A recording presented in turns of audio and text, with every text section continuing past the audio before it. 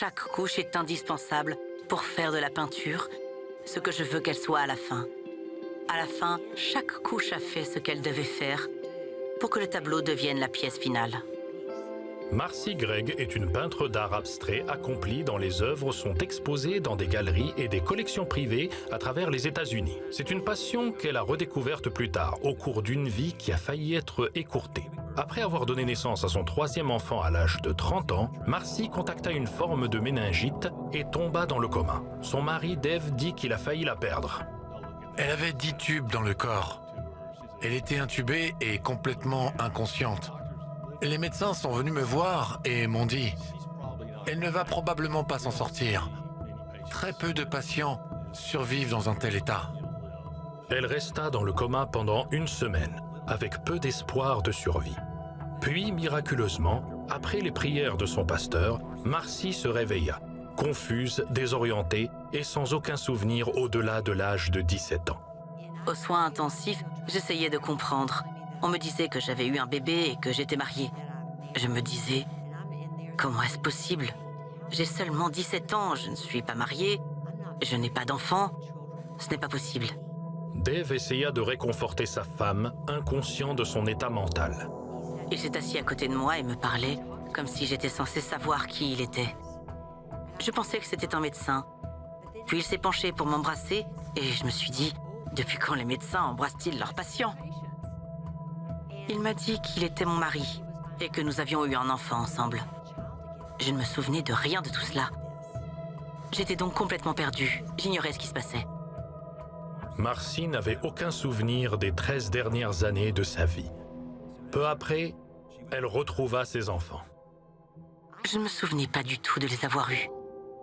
Lorsque les enfants sont arrivés dans la chambre, quand ils sont rentrés, qu'ils ont sauté sur le lit et qu'ils m'ont mis la petite dans les bras, j'ai littéralement su qu'ils étaient mes enfants. J'ai eu l'impression que c'était un cadeau de Dieu. Je savais qu'ils étaient mes enfants. Désireuse de sortir de l'hôpital, Marcy cacha son amnésie. Elle retourna dans une maison et une vie dont elle ne se souvenait pas. L'inauthenticité a été la partie la plus difficile. Je me sentais très inauthentique. C'était extrêmement difficile parce que je mentais à tout le monde. Marcy est chrétienne et pria sincèrement pour que ses souvenirs lui reviennent. Comme il ne revenait pas, elle commença à boire secrètement de l'alcool pour cacher sa frustration.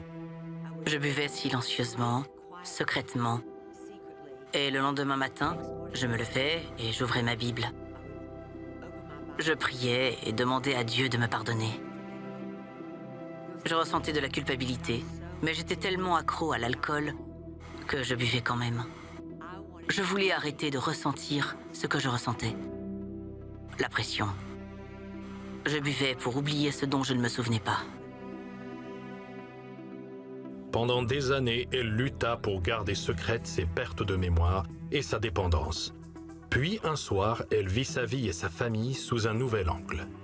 J'ai observé Dave qui tenait Callie dans ses bras, et les garçons étaient en train de grimper sur les meubles. Dieu m'a dit à ce moment-là, directement dans mon cœur, aussi clairement que je l'ai jamais entendu, c'est pour cela que je t'ai sauvé. Le futur, pas le passé. Comme ce père qui aime ses enfants, je t'aime encore plus. Tout comme ce père tient sa fille. Je te tiens et je ne te laisserai jamais tomber. Mais tu dois me faire confiance. Je suis tombée à genoux et j'ai littéralement, à ce moment-là de ma vie, je la lui ai donnée parce que j'ai réalisé que je voulais la volonté de Dieu plus que n'importe quoi d'autre. Je voulais son plan pour moi, sans mes souvenirs, plus que je ne voulais mon plan avec mes souvenirs. J'ai choisi de lui faire confiance pour tout cela. Marcy se confia à Dieu et à son mari. Elle fut libérée de sa dépendance à l'alcool en remettant sa vie entre les mains de Dieu. Ses souvenirs ne sont pas revenus, mais sa passion pour la peinture a refait surface et s'est transformée en une carrière fructueuse, fondée sur la parole de Dieu. Je sélectionne un passage d'un verset que j'étudie le matin même, je l'emmène au studio et je le peins sur une toile vierge. Cela devient la base de l'œuvre, mais également l'inspiration pour le titre. Dans son livre Black Canvas, elle raconta son histoire extraordinaire et la manière dont elle a appris à faire confiance à Dieu à chaque couche de défi et de grâce à laquelle elle est confrontée dans sa vie. Un jour, je mettais une dernière couche et Dieu a littéralement gravé dans mon cœur. Dieu est le maître artiste et nous sommes sa toile. Nous sommes son chef-d'œuvre. Chaque couche de ma vie est importante pour faire de moi ce que je suis. Si nous sommes son chef-d'œuvre et que vous êtes dans une mauvaise couche, que vous êtes dans une mauvaise passe, il n'a pas fini. Je suis convaincue et je suis confiante qu'il va finir l'œuvre qu'il a commencée.